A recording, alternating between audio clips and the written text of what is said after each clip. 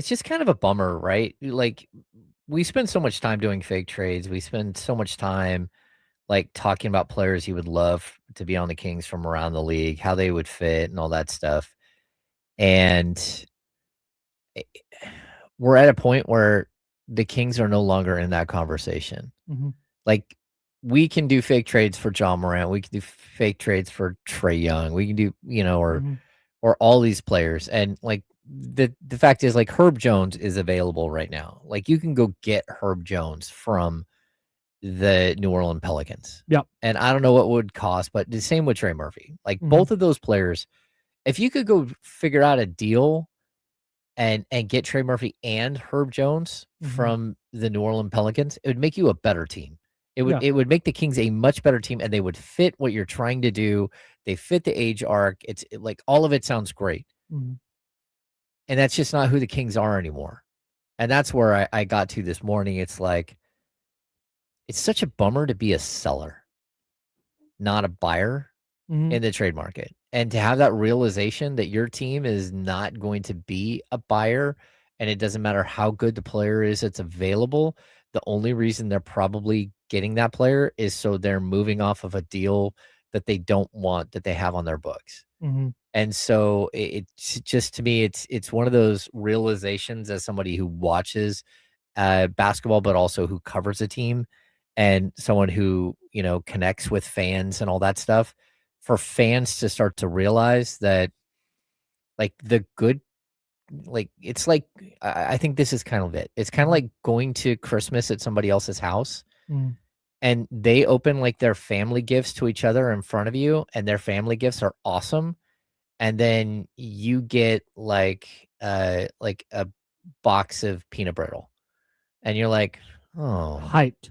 Love peanut brittle. I love peanut brittle too," and it's like, "Okay, that's cool." Right, but if But at the everybody same else is time, getting iPads, everybody else is getting iPads and you don't get an iPad, and you're like, "Well, oh man, I sure could have it's the used." thought that counts, James. Yeah, but we also we have iPads, so we True. don't need iPads. True. But you understand my point, though. It's We like, have iPads. That's tight. it's that moment where you're kind of looking around and going, man, like, I personally, like, I get, and I argue with this with my son all the time, and even I argue with it with Casey, but in a different way, Mhm. like, of where you have to go now if you're the Kings. And I don't think you have to blow everything up. I do agree that the only way to get a star is for the Kings to be horrible. So I'll put that to the side. Like, the only way to for them to get a superstar Mhm. is to, like, tank, and to get a top 4 pick, and to have that player work out to be a star level or superstar level player. I Mhm. don't think you're gonna be able to trade for one. I don't think that one's walking through that door and as a free agent, Mhm. because you're the Kings, right? Mhm. But I also look at the way that you built a team 3 years ago, and it's not like everyone got, like, 8 years older and are just, you have to throw Mhm. everybody out. It's that you screwed up as Mhm. a franchise, and you made moves that made no sense at the time and make even less sense now. And if you could rewind and do some of these other trades that made sense, even like a Cam Johnson trade, or Mhm. one of these other deals that they sat on, they hemmed and hawed, Mhm. and they didn't get done. Instead of drafting Devin Carter, you should have given an extra second round pick, or something else to the Brooklyn Nets to get a Cam Johnson, and see if that would have completed the puzzle Mhm. and made you a competitive team that possibly could have competed for a championship. Sure. But now we're at this point where it's like, blow it up. I think there's a way to reset this roster and make it a 26, 27-year-old roster, and try to rebuild what you had, and continue to move forward. And Wouldn't I that just be blowing it up though?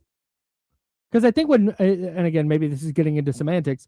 But when people say blow it up, I think they just mean Levine gone, DeRozan gone, Sabonis gone, big contracts gone, and Okay. going from there. And starting over at, like, 22 years old, and Mhm. and starting over at the beginning of where some of these teams are now. Like, and I know people like to use Detroit. So, oh, well, look what Detroit, they were so bad. And then, Well, they got Cade. they got the first pick. And, well, there's no guarantee you're getting the first pick. And, hey, let's be honest. They got the fourth pick in the draft, and he wasn't very good his first 2 years. His third year, he started to play really well in Jaden Ivey and then blew out his knee. And we don't know what he is. They don't even have him under contract. And that's the way the league works. For every player that you say, oh, they made it, there are like 8 that don't. And so, like, I would like to tell you that the teardown and the rebuild is going to be something that's amazing. But someone posted a picture of, I don't remember, I saw it on Twitter, on what Scott Perry's teardown looked like last time in New York. And yeah, he flipped the roster. The roster was horrible. Like, what the final thing was horrible. And you're looking at like, oh, okay, well, that's not what you're looking for. Then they went out and they added Jalen Brunson. Then they went out and made these other trades. And sure, he had stocked the war chest so they could go do that stuff. But when he was there, he stripped it down to nothing, and it was nothing. It was a 25-win team or whatever.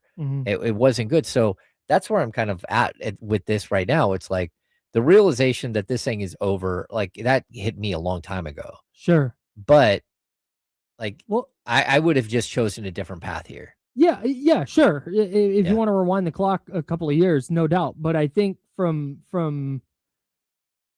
the standpoint of now, I think it's the opposite of disappointing to be a seller. I think if you can be a seller and you can get off some contracts at this deadline, if you can acquire assets, whether they're second round picks or first round picks or pick swaps or whatever it is, if you can acquire assets and get off some of these deals, to me, that's exciting. Because to me, now you're accelerating things beyond or to earlier than 2027. And you're putting yourself in a different position where when you and I get on the radio every day, we're not talking about like, oh, well, God, this roster is just so prohibitive. We're talking about like, oh, the future. Because right now, it's what you said. It's over. Yeah. This version of the Kings that had Domantas Sabonis and Keegan Murray and, man, Keon Ellis is going to come in and be awesome, and they just got to do this and this. The day of tweak this or that is over. This is done. And I think the sooner we can get past that, the better. And I think the quicker we get past that, the more exciting. Because we can get beyond, oh, God, if they just hadn't made the De'Aaron Fox and Zach LaVine trade. Oh, God, just hadn't made the Harrison Barnes, DeMar DeRozan trade. Can you imagine where they'd be? Like, all right, yep, we've wiped our hands of that. And now we're moving into whatever the Scott Perry era looks like. Because I don't think we know what the Scott Perry era looks like because we're still largely in the Monty McNair / Vivek Ranadive meddling era. Yeah. That's what this roster still is. No, I get that. So the quicker you can get away from that, I think is better. Even though I agree, it is disappointing in the context of what this looked like 2 years ago at this time. Yeah. Well, that and I understand how crazy it would be to try to do this, but if you were to take a Zach LaVine contract and go to the Pelicans and say, hey, we'll give you LaVine and 2 future firsts, and we'll take back Trey Murphy and Herb Jones and try to get back to where you were 2 years ago, I wouldn't hate that. Like, that's where I've been the last couple of months. Like, I get that mistakes were made and that you're down a path, but I don't know how to rewind that path. And I'm not saying go back and change the trades that happened because that can't happen.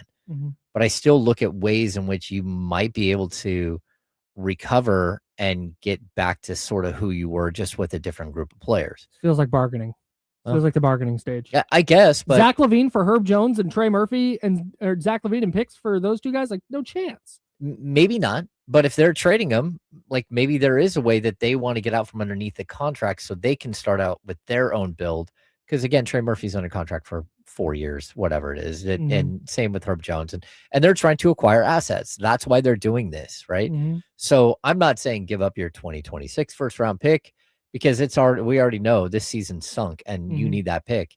But that you do have assets. And I always look at this and go, okay, is there a way that they could have done something different? And is there a way to do something different now? And maybe the answer is no. Maybe the answer is just no, you're totally cooked. But can you work other trades that might make sense and might help you bounce back as a 25, 26 year like average age team, Mhm. not a 30 whatever Yeah. average age team, Yeah. and watch this thing kind of spiral down. Like I don't think as a like the Kings as a franchise, I agree with the sentiment that Vivek has a lot of the time that blowing it up completely isn't a great thing because I know what an empty building looks like in Sacramento. And I know how hard it is to hit on draft picks and make it like just because they get draft picks, just because they're starting over, just because they clear the books. Mhm. First of all, you still have to be within 10% of the salary cap. So you have to pay somebody Mhm. the whole time. And then on top of that, like these picks are like maybe 25% whether they're going to be great or not, and whether they're going to be a superstar, maybe 5% if you're Mhm. drafting in the top 3, Mhm. maybe. That you still don't have. I mean, there are great players that you think going into the draft. I mean, Markelle Fultz was the first pick in the draft. Lonzo Ball was the second pick. The Mhm. third pick is Jason Tatum. The fourth pick is Josh Jackson. The fifth pick is De'Aaron Fox. Mhm. Do you think any of those And the teams draft thought is that they hard. were getting a complete dud? No. No. But Yeah. there's also not, and this is again what you talk about with Kenny a lot. Yeah. And not that you talk, there's something that we talk about on this station a lot. There's not one correct way to do a build. Nope. And there's not one tried and true method, because if that was the case, every team would be good all of the time. Mm-hmm. But it's difficult. Yeah. Sometimes you're going to swing and miss on a pick. Sometimes you're going to be the Rockets and you're going to hit on a bunch of picks in a row, and all of a sudden, you're one of the best teams in the West 3 years later. But that's just when you draft well. That's how it goes. No, I agree. But you're also the Sacramento Kings, and of the 3 ways to improve your team: free agency, trades, and the draft. Mm-hmm. One of those is gone to you, which means the other 2 means so much more.